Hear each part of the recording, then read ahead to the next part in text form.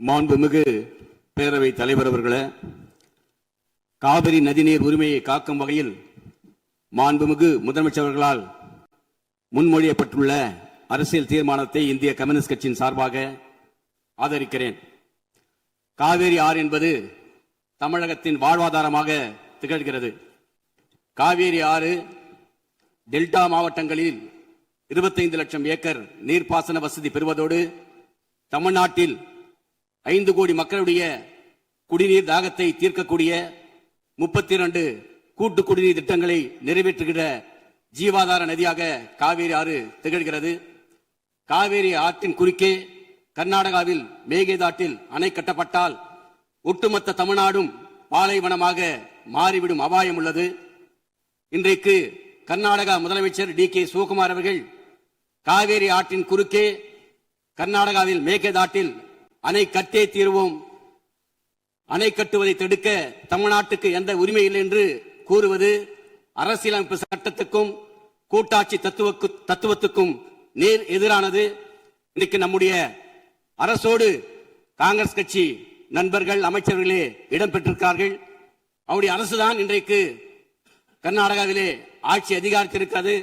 ஆகவே அந்த காங்கிரஸ் அரசோடு தொடர்பு கொண்டு அணை கட்டுவதை தடுக்க காங்கிரஸ் கட்சி சட்டமன்ற உறுப்பினர்கள் நண்பர்கள் முயற்சி மேற்கொள்ள வேண்டும் என்று இந்த நேரத்தில் நான் கேட்டுக்கொள்கிறேன்.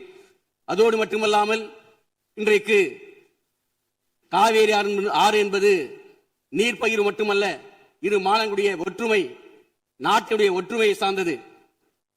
இன்றைக்கு காவேரி தாய் குடகிலே தோன்றி யார் தடுத்தாலும் தமிழ்நாட்டை நோக்கிதான் வந்து கொண்டிருக்கும்.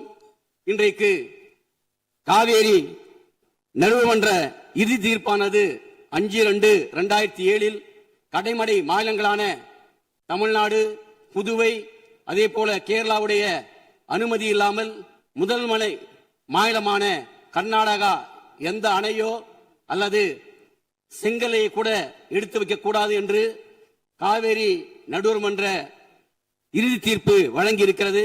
அதை உச்ச நீதிமன்றம் 16/2/2008 உறுதிப்படுத்தியிருக்கிறது. அவ்வாறு இருக்கும்போது 13/11/2025 கர்நாடக அரசு தொடுத்த விரைவு திட்ட அறிக்கைக்கு உச்ச நீதிமன்றம் அனுமதி வழங்கியிருக்கிறது.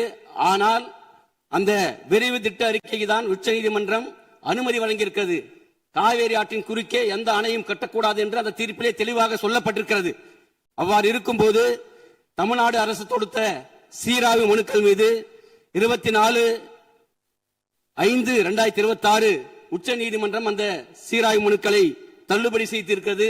இது உச்ச நீதிமன்ற தீர்ப்புக்கும் காவேரி நடுவர்மன்ற இறுதி தீர்ப்புக்கும் இந்திய நாட்டுடைய நாடாளுமன்ற ஜனநாயகத்துக்கும் எதிரானது என்பதை இந்திய கம்யூனிஸ்ட் கட்சியின் சார்பிலே தெரிவித்துக் கொண்டு நம்முடைய அரசு அனைத்து கட்சி கூட்டத்தை கூட்டி அனைத்து கட்சி தலைவருடைய கருத்துக்களை கேட்டறிந்து பாரத பிரதமரை சந்தித்து நீர்வள அமைச்சர் ஜல்சந்தி அமைச்சரை சந்தித்து ஒரு அழுத்தத்தை கொடுத்து காவேரி ஆற்றின் குறுக்கே அணை கட்டுவதை ஒன்றிய அரசும் அதே போல காவேரி ஆணையமும் அனுமதிக்க கூடாது என்பதை நாம் தெளிவுபடுத்த வேண்டும். அதற்காக அனைத்து கட்சி கூட்டத்தை நம்முடைய அரசு கூட்ட வேண்டும். அதோடு இல்லாமல் சட்ட வல்லுநர்களை ஆலோசித்து சட்ட ரீதியாக காவேரி ஆற்றின் குறுக்கே மேகதாட்டில் அணை கட்டுவதை தடுத்து நிறுத்தி தமிழக மக்களுடைய விவசாயிகளுடைய வாழ்வாதாரத்தை இந்த அரசு பாதுகாக்கப்பட வேண்டும். அதற்காக இந்திய கம்யூனிஸ்ட் கட்சி மாண்புமிகு முதலமைச்சரோடு துணை நிற்கும் என்பதை தெரிவித்துக் கொண்டு இந்த தீர்மானத்தை